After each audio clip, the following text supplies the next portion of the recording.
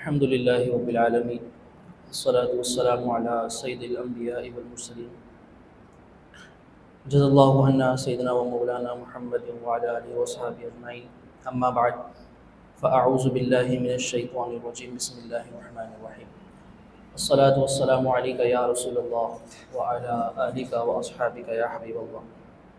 بہت بہت شکر گزار امام صاحب کا کہ اتنی بہترین مجلس اور محفل کا انعقاد کیا۔ الحمدللہ عز و جل ہر سال کی معتکفین حضرات کی تربیت کے لیے فرض علوم کی نشست کا انعقاد کیا جاتا ہے۔ اس کا مقصد کہ بہت سے ہمارے نوجوان اعتکاف میں بیٹھتے ہیں تو ان کو فرض علوم کی آگاہی ہو سکے، جو علوم ہر مسلمان پر سیکھنا فرض ہے وہ علم اس کو حاصل ہو سکے۔ یہ ایک مقصد کے تحت ہم یہ مختصر سی نشست کا اہتمام کرتے ہیں۔ نبی کریم صلی اللہ تعالی علیہ وسلم کا فرمان علی شان ہے کہ بروز قیامت اس کی دہشتوں، قیامت کی دہشت اور اس کے حساب کتاب سے جلد نجات پانے والا شخص وہ ہوگا جس نے دنیا میں مجھ پر بکثرت درود پاک پڑھے ہوئے۔ سبحان اللہ عز و جل۔ بروز قیامت اس کی دہشت اور حساب کتاب سے، قیامت کی دہشت اور اس کے حساب کتاب کا اندازہ کوئی نہیں لگا سکتا کہ اس کی دہشت کیسی ہے، اس کا حساب کتاب کیسا ہے۔ کہا جاتا ہے کہ ایک دن 1000 سال کا ہوگا، اور جب تک کسی شخص کا حساب کتاب پورا نہیں ہوگا وہ جنت میں نہیں جائے گا۔ مطلب 1000 سال تک انتظار۔ اور کہا جاتا ہے کہ میدان محشر اس کی جو زمین ہوگی وہ تانبے کی ہوگی، میدان محشر کی زمین تانبے کی ہوگی، اور جو سورج ہے وہ 1.25 نیزے پر ہوگا، یعنی سر سے 1.25 نیزے پر۔ آج سورج ہزاروں لاکھوں میل دور ہے، لیکن کبھی اس کی اگر تپش زیادہ ہو جائے تو ہم سے اس کی گرمی برداشت نہیں ہوتی۔ یہ جو زمین پتھر کی ہے، لگاتار اس پہ دھوپ پڑتی رہے تو ہم ننگے پیر اس کے اوپر کھڑے نہیں ہو سکتے۔ تو تانبا وہ اگر سورج کے نیچے رکھ دیا جائے تو اس کی گرمی تو اس پتھر سے بھی زیادہ ہوتی ہے۔ تو کل بروز محشر جو ہے زمین کس کی ہوگی؟ تانبے کی ہوگی، اور ہم ننگے پیر ہوں گے، اور سورج 1.25 نیزے پر ہوگا۔ تو سوچیں اس تانبے کا عالم کیا ہوگا، گرم اس کی گرمائش کا عالم کیا ہوگا، اور اس پر ہم کھڑے ہوں گے۔ اور ابھی ہم انتظار کر رہے ہیں، ابھی حساب کتاب شروع نہیں ہوا، ابھی ہم انتظار کر رہے ہیں کہ ابھی ہمارا حساب کتاب شروع ہوگا۔ تو ہم کیسے وہ وقت گزار سکیں گے؟ ہمارے پیارے آقا صلی اللہ تعالیٰ علیہ وسلم نے کیا فرمایا کہ کل بروز قیامت اس کی دہشت اور حساب کتاب سے جلد نجات پانے والا شخص وہ ہوگا جس نے مجھ پر کثرت سے درود پاک پڑھا۔ سبحان اللہ عز و جل۔ تو رمضان المبارک کا پیارا مہینہ جاری و ساری ہے، ہم معتکف ہیں، ہمارا کام ہی کیا ہے؟ اللہ عز و جل کا ذکر کرنا، اس کی عبادت کرنا۔ تو خوب اس موقع کو، اس وقت کو اپنے ہاتھ سے جانے نہ دیں۔ اعتکاف کے دوران بھی اور اعتکاف کے علاوہ بھی عام دنوں میں بھی خوب درود پاک کی کثرت کریں۔ سب سے چھوٹا درود پاک صلی اللہ تعالی علی محمد، صلی اللہ تعالی علی محمد، اس کا ورد کرتے رہیں۔ اللہ تعالیٰ انشاءاللہ اس کی ڈھیروں برکت نصیب فرمائے گا، دنیا میں بھی اور انشاءاللہ آخرت میں۔ آئیے حصول برکت کے لیے ہم ایک بار درود پاک پڑھ لیتے ہیں۔ صلو علی الحبیب صلی اللہ تعالی علی محمد صلی اللہ تعالی علیہ وآلہ وصحبہ وبارک وسلم۔ صلو علی الحبیب کا مطلب ہوتا ہے کہ پڑھو اپنے حبیب پر درود، یعنی پیارے آقا صلی اللہ تعالی علیہ وسلم پر درود پڑھو۔ جب بھی آپ سنیں کہ کوئی کہہ رہا ہے صلو علی الحبیب تو ہمیں جھوم کر پیارے آقا صلی اللہ تعالی علیہ وسلم پر درود پاک پڑھنا چاہیے۔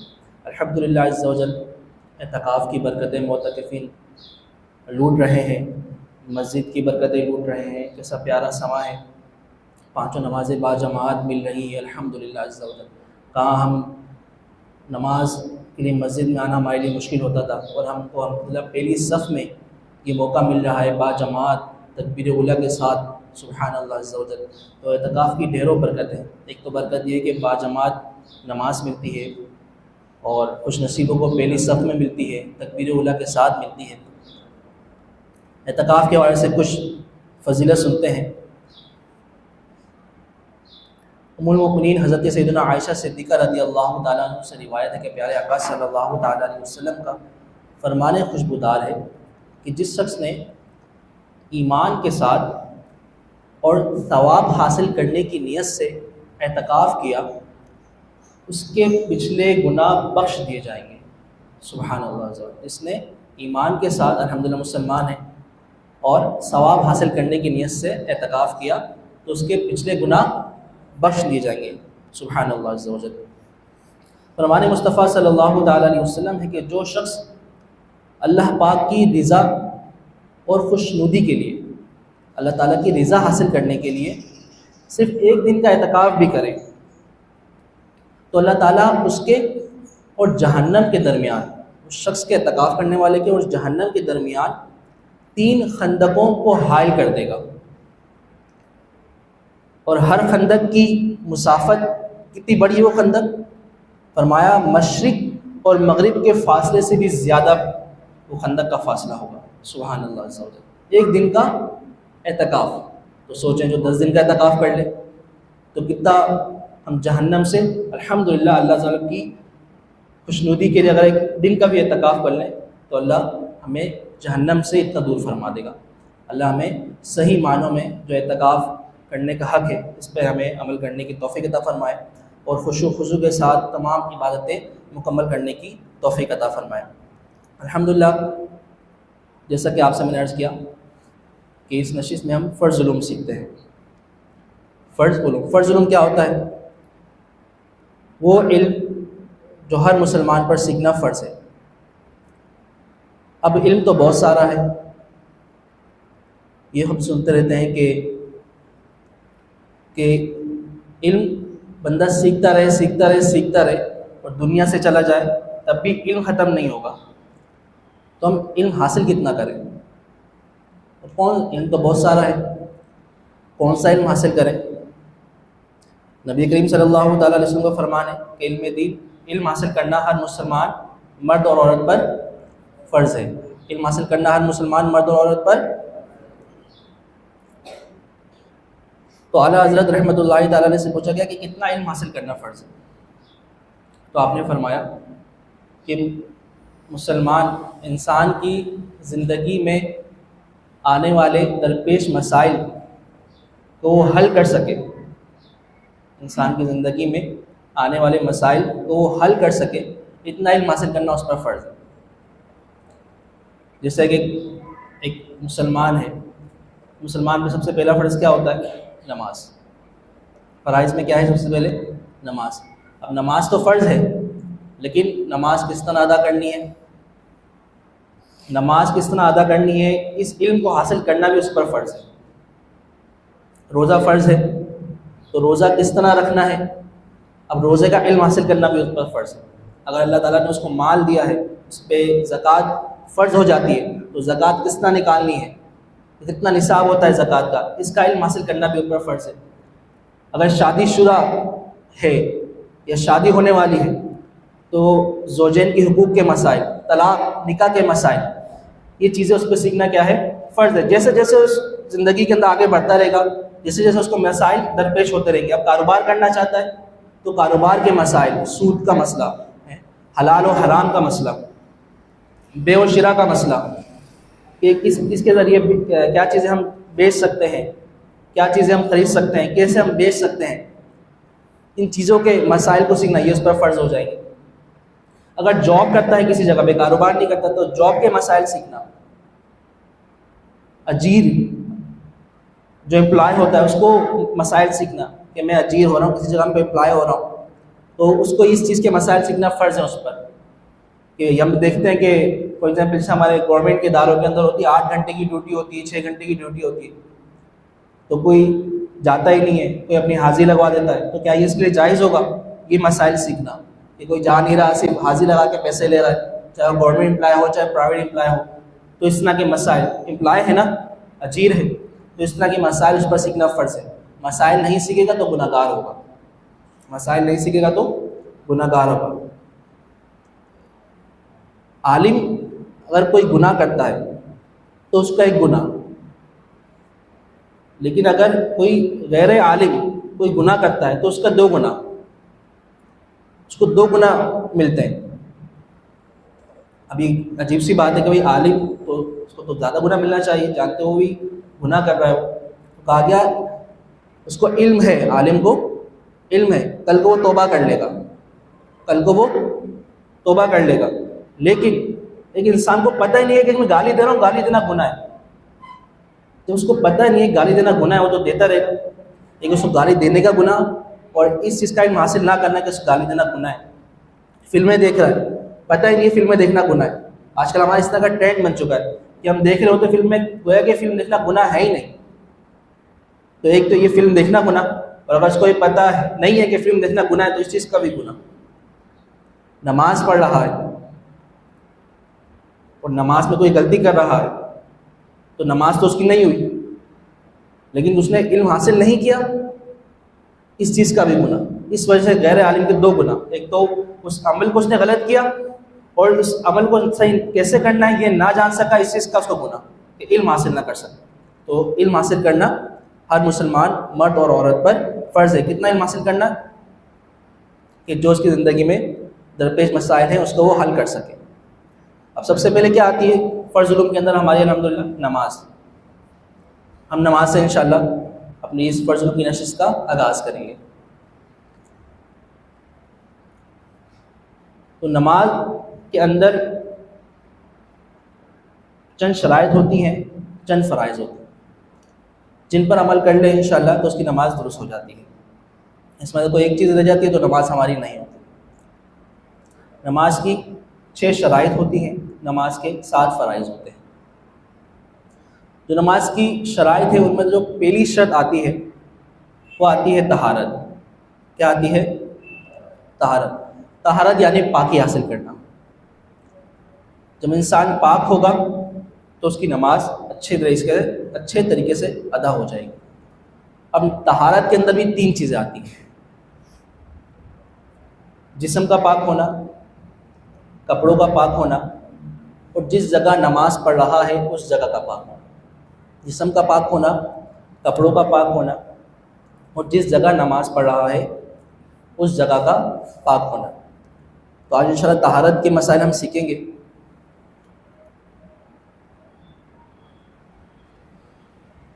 اچھا، طہارت کے اندر بھی جو ہے ایک تو یہ نماز ادا کرنے کے لیے 3 چیزوں کا پاک ہونا ضروری ہے. طہارت کے اندر طہارت کی بھی 2 قسمیں ہیں. طہارت کی بھی 2 قسمیں ہیں. ایک ہے نجاست خفیفہ، ایک ہے نجاست غلیظہ. نجاست خفیفہ یعنی چھوٹی نجاست، اور نجاست غلیظہ یعنی بڑی نجاست. نجاست غلیظہ کیا کیا ہوتی ہے یہ سنتے ہیں. انسان کے بدن سے جو ایسی چیز نکلے اس سے غسل یا وضو واجب ہو جائے، یہ نجاست غلیظہ ہے. جیسے کہ پیشاب، پاخانہ، خون، پیپ، منہ بھر کے یعنی الٹی. اس طرح منی، مدی، وضی یہ انسان کے جسم سے نکلتی ہیں اور انسان کے اوپر غسل یا وضو کو واجب کر دیتی ہیں. تو یہ جو چیزیں نکل رہی ہیں یہ نجاست غلیظہ ہے. پیشاب نجاست غلیظہ ہے. اس طرح خون، اور جو خون زخم سے بہے وہ خون نجاست غلیظ ہے. جو خون زخم سے بہے وہ خون نجاست غلیظ ہے. یعنی اگر آپ کی چوٹ لگ گئی، جسم پہ کسی بھی حصے پر چوٹ لگ گئی اور ہلکی سی خروچ آ گئی جسم پہ، تو صرف خون چمکا، ہم کو اس کی رنگت دکھ رہی ہے لیکن وہ خون بہہ نہیں رہا، وہ خون بہہ نہیں رہا.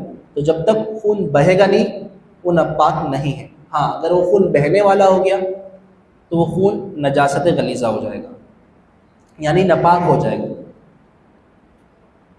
اس طرح دکھتی آنکھ سے جو پانی نکلے، آنکھ میں درد ہے، آنکھ میں تکلیف ہے، اس تکلیف کی وجہ سے آنکھ سے پانی نکل رہا ہے، تو جو پانی نکل رہا ہے وہ بھی نجاست ہے اور نجاست غلیظہ ہے. پیشاب کی طرح نجاست غلیظہ ہے. یعنی اگر کپڑے پہ لگ جائے گا تو کپڑا بھی ناپاک ہو جائے گا. لیکن عام جو آنسو ہوتے ہیں وہ ناپاک نہیں ہوتے. یعنی اگر کسی کو رونا آ رہا ہے، کسی کو رونا آ رہا ہے، اب رونے کی 2-3 قسمیں ہو سکتی ہیں. کسی کو جسم میں کسی جگہ پہ تکلیف ہے، کسی کے ہاتھ میں درد ہے، کسی کے سر میں درد ہے، کسی کے گلے میں درد ہے، یا کوئی نماز میں رو رہا ہے، کوئی عشق مصطفیٰ میں رو رہا ہے. تو یہ جو رونا ہے اور اس رونے سے جو آنسو نکل رہے ہیں یہ ناپاک نہیں ہے. ناپاک وہ آنسو ہے جو آنکھ سے نکلے اور آنکھ میں درد ہو، آنکھ میں درد کی وجہ سے یا آنکھ میں تکلیف کی وجہ سے جو آنسو نکل رہا ہے وہ آنسو ناپاک ہوگا. ٹھیک ہے، جسم میں کسی اور حصے پہ درد ہو رہا ہے، چوٹ لگی تو نہیں، صرف آنکھ کے اندر، تو وہ آنسو ناپاک ہوگا، نجاست غلیظہ ہوگا.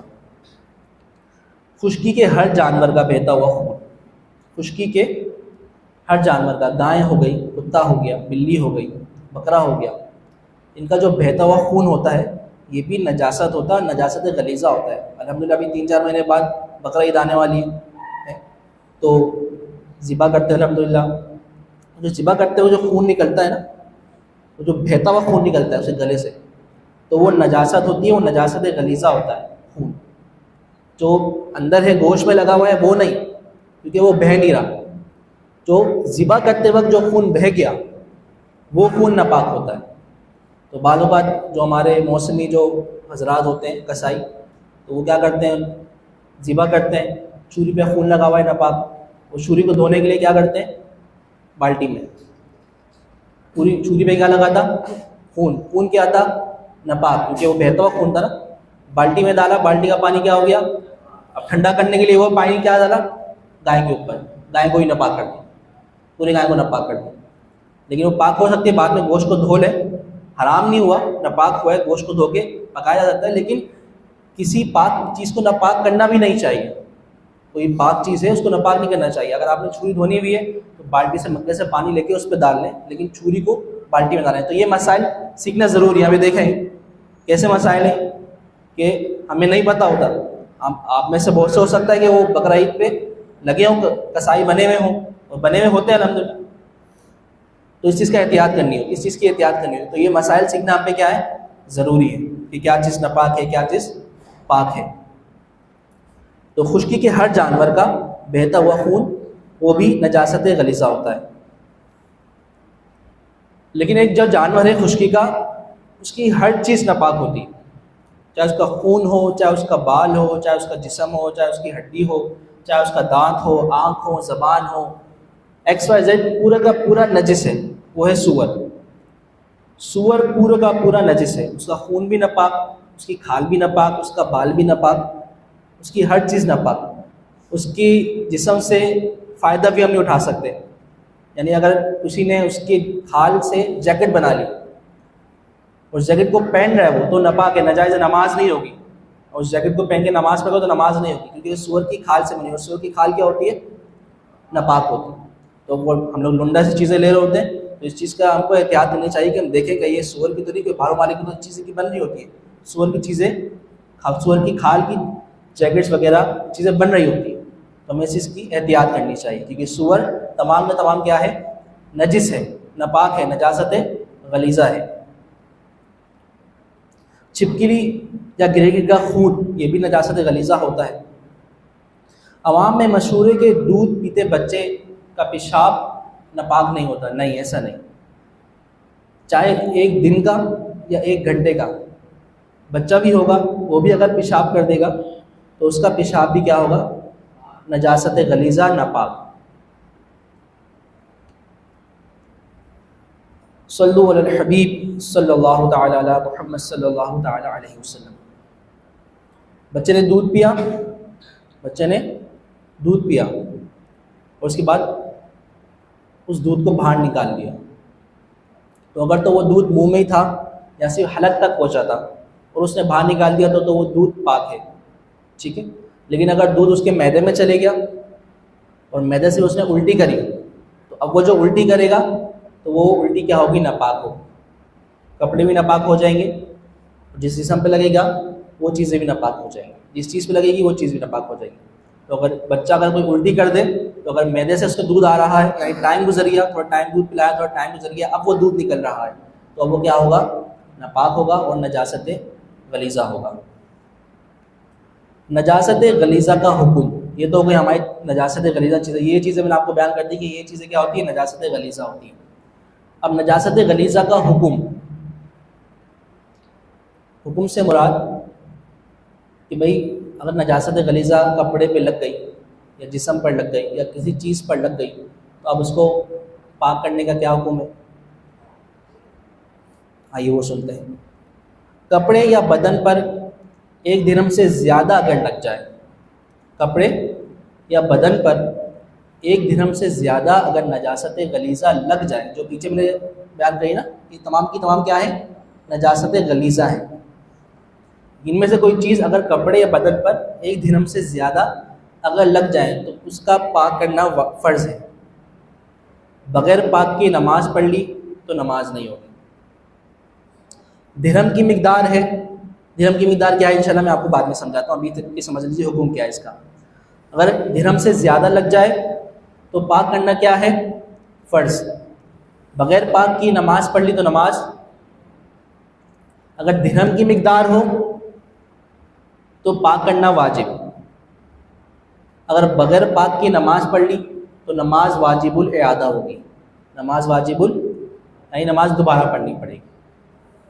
اور اگر درہم سے کم لگی ہوئی ہو، درہم سے اگر کم لگی ہوئی ہو تو اس کا پاک کرنا سنت ہے، یعنی نماز ہو جائے گی لیکن بہتر یہ ہے کہ پاک کر لیں۔ درہم سے کم لگی ہوئی ہو تو نماز ہو جائے گی لیکن بہتر کیا ہے؟ پاک کر لیں۔ اب درہم کیا ہوتا ہے؟ درہم کی مقدار علماء کرام نے یہ بیان کی کہ آپ ہتھیلی لیں اور ہتھیلی پہ پانی کو ڈالیں اور پانی گرے نہ، ہتھیلی پہ جو آپ کی چوڑائی بنے گی نا، یہ چوڑائی پانی جو پھیلے گا، تھوڑا پانی ڈالیں گے اور یہ چوڑائی جو پانی پھیلے گا یہ مقدار درہم کی ہے۔ یہ مقدار کیا ہے؟ درہم کی۔ اتنی اگر مقدار کپڑے پہ لگ گئی، پیشاب کی، بہتے ہوئے خون کی، پیپ کی، الٹی کی ہے تو یہ چیز کیا ہوگی؟ اگر زیادہ ہوگی، درہم سے زیادہ ہوگی تو پاک کرنا کیا ہوگا؟ فرض۔ درہم کی مقدار ہے تو پاک کرنا کیا ہوگا؟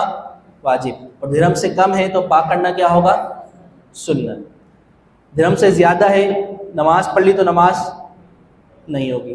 درہم کی مقدار ہے، نماز پڑھ لی تو نماز دوبارہ پڑھنی پڑے گی، واجب الاعادہ ہو جائے گی، نماز ہو جائے گی لیکن کمی ہوگی نماز میں، نماز دہرانا واجب ہوگی۔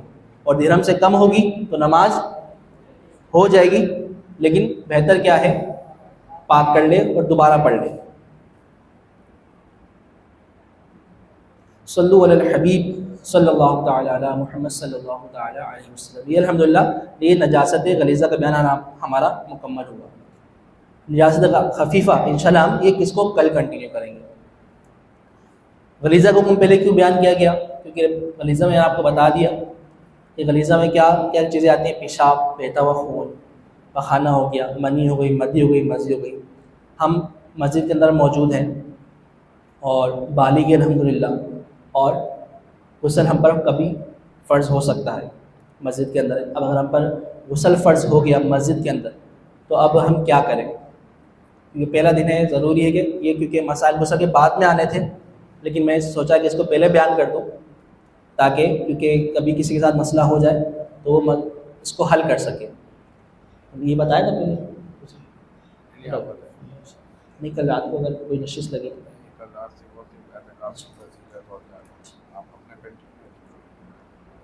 تو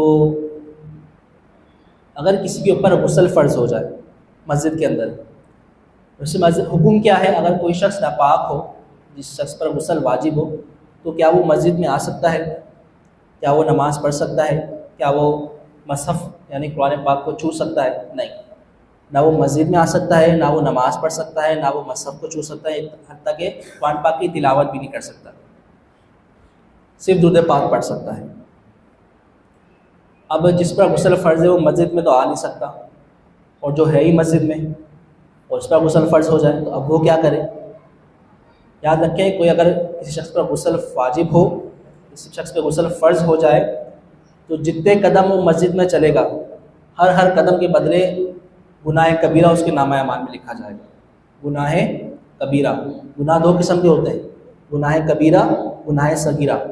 گناہ کبیرہ وہ گناہ ہوتا ہے جس کی توبہ لازمی ہوتی ہے، گناہ صغیرہ وہ ہوتے ہیں کہ بندہ کوئی عبادت کر لیتا ہے تو اس عبادت کے ذریعے اس کے گناہ معاف ہو جاتے ہیں، لیکن جو گناہ کبیرہ ہوتے ہیں اس کی توبہ لازمی کرنی پڑتی ہے. اللہ مجھ سے وہ گناہ ہو گیا، میں اس کی توبہ کرتا ہوں، اس کی توبہ کرنا ضروری ہوتی ہے.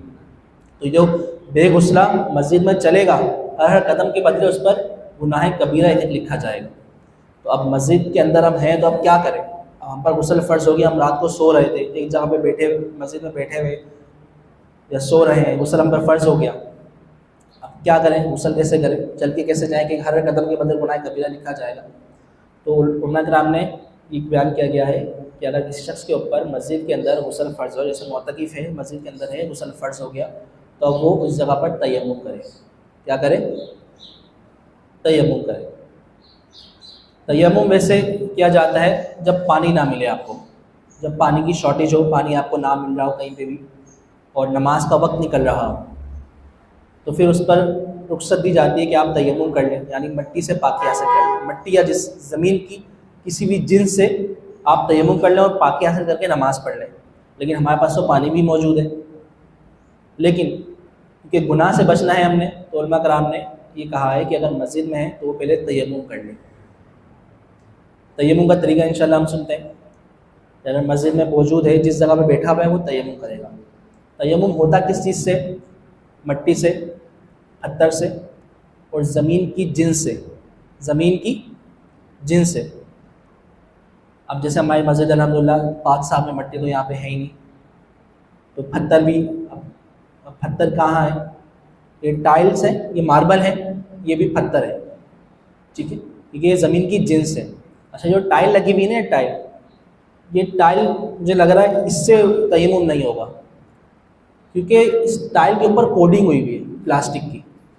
یہ چمک دیکھ رہے ہیں آپ؟ پتھر ایسا نہیں چمکتا، جو چمک آ رہی ہے نا یہ ٹائلز پہ کوڈنگ ہوئی ہوئی ہے. تو مجھے جہاں تک لگ رہا ہے ان ٹائل سے تیمم نہیں ہوگا. تو بہتر یہ ہے کہ جو نیچے ماربل بچھا ہوا ہے اس سے تیمم کر لیں، ٹھیک ہے. تو اس سے تیمم ہو جائے گا. تیمم کا طریقہ، تیمم کے 3 فرض ہیں. تیمم کے کتنے فرض ہیں؟ 3 فرض ہیں. پہلا ہے نیت کرنا، دوسرا ہے چہرے کا مسح کرنا، تیسرا ہے دونوں ہاتھوں کا کونیوں سمیت مسح کرنا. تیمم کے 3 فرض ہیں. پہلا ہے نیت کرنا.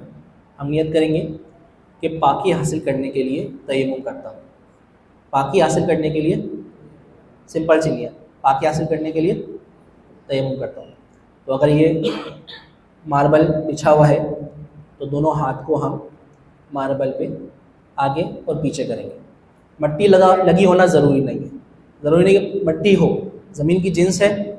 ہاتھوں کو زمین پہ رکھیں گے، آگے کریں گے اور پیچھے کریں گے. اس کے بعد چہرے کا مسح کریں گے. چہرے کا مسح یعنی چہرہ ہمارا کہلاتا ہے پیشانی کے بال جہاں سے اگتے ہیں ایک تھوڑی تک، تھوڑی کے نیچے تک، ایک کان کی لو سے دوسرے کان کی لو تک، یہ پورا گولائی، یہ چہرہ ہے. تو اس پوری چہرے پہ آپ کے دونوں ہاتھ مسح ہو جانے چاہیے، یعنی چہرے کا کوئی بھی حصہ رہ نہ جائے. تو اچھی طریقے سے آپ نے مسح کرنا ہے. آنکھیں بند کر کے پلکوں کے اوپر، نیچے پلکوں پہ، ناک کے اس جگہ پہ ہاتھوں کو لگانا ہے، مونچھوں پہ، صحیح ہے. پورے چہرے کے اوپر ہاتھ لگ جانا چاہیے، کوئی بھی حصہ باقی نہ رہے. تو 2 فرض ہو گئے. پہلی ہو گئی نیت، دوسرا کیا ہے؟ چہرے کا مسح کرنا، تیسرا ہے کونیوں سمیت دونوں ہاتھوں کا مسح کرنا. دوبارہ ہاتھوں کو زمین پہ لگائیں گے، آگے کریں گے، پیچھے کریں گے. اب پہلے سیدھے ہاتھ کا مسح کریں گے، الٹے ہاتھ کو لیں گے، اس طرح لے کے جائیں گے، واپس لے کے آئیں گے. پھر ہاتھوں کے اندر کا خلال کریں گے، کونیوں پہ پیچھے، یعنی کونیوں تک آپ کا پورا ہاتھ مسح ہو جانا چاہیے، کوئی بھی حصہ باقی نہیں رہے. اسی طرح الٹے ہاتھ پہ سیدھے ہاتھ سے مسح کریں گے، آگے پیچھے لے کے جائیں گے، آگے لے کے آئیں گے، خلال کریں گے، ٹھیک ہے. ناخن کے اوپر ہاتھ ملیں گے، انگوٹھے ملیں گے، پورا ہاتھ، الٹا ہاتھ بھی، کوئی بھی جگہ کونیوں سمیت رہ نہ جائے. تو یہ آپ کا تیمم ہو گیا. اب آپ کو رخصت ہے کہ آپ اور کوئی کام نہ کریں، کپڑے لیں، غسل خانے جائیں اور غسل کریں. غسل کے 3 فرض ہیں. اگر کوئی شخص 3 فرض پہ عمل کر لیتا ہے تو اس کا غسل ہو جائے گا.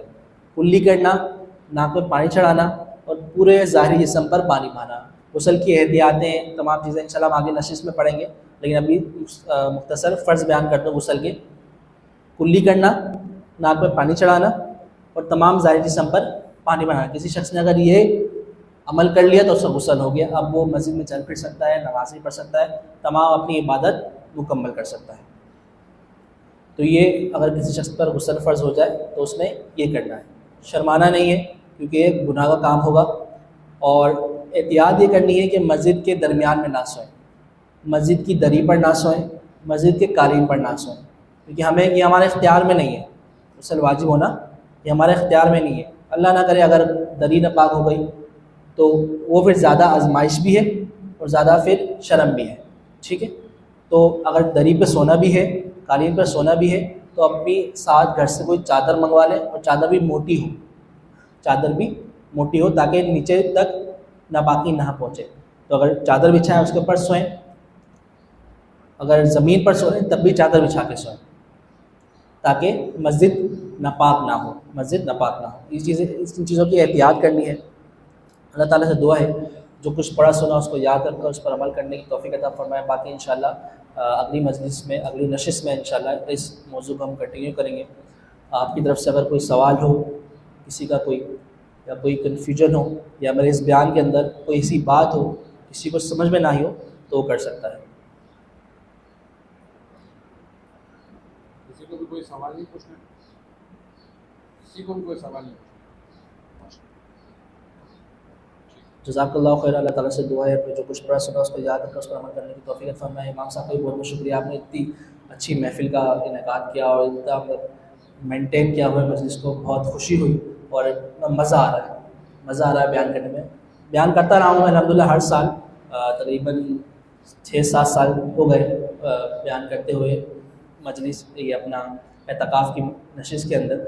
تو اس بار تو ماشاء اللہ بہت مزہ آ رہا ہے. بال باغ ہو جائے. جزاک اللہ، آپ کا بہت شکریہ. اللہ تعالیٰ آپ کی کاوشوں کو قبول فرمائے، آپ کو اس کا بہترین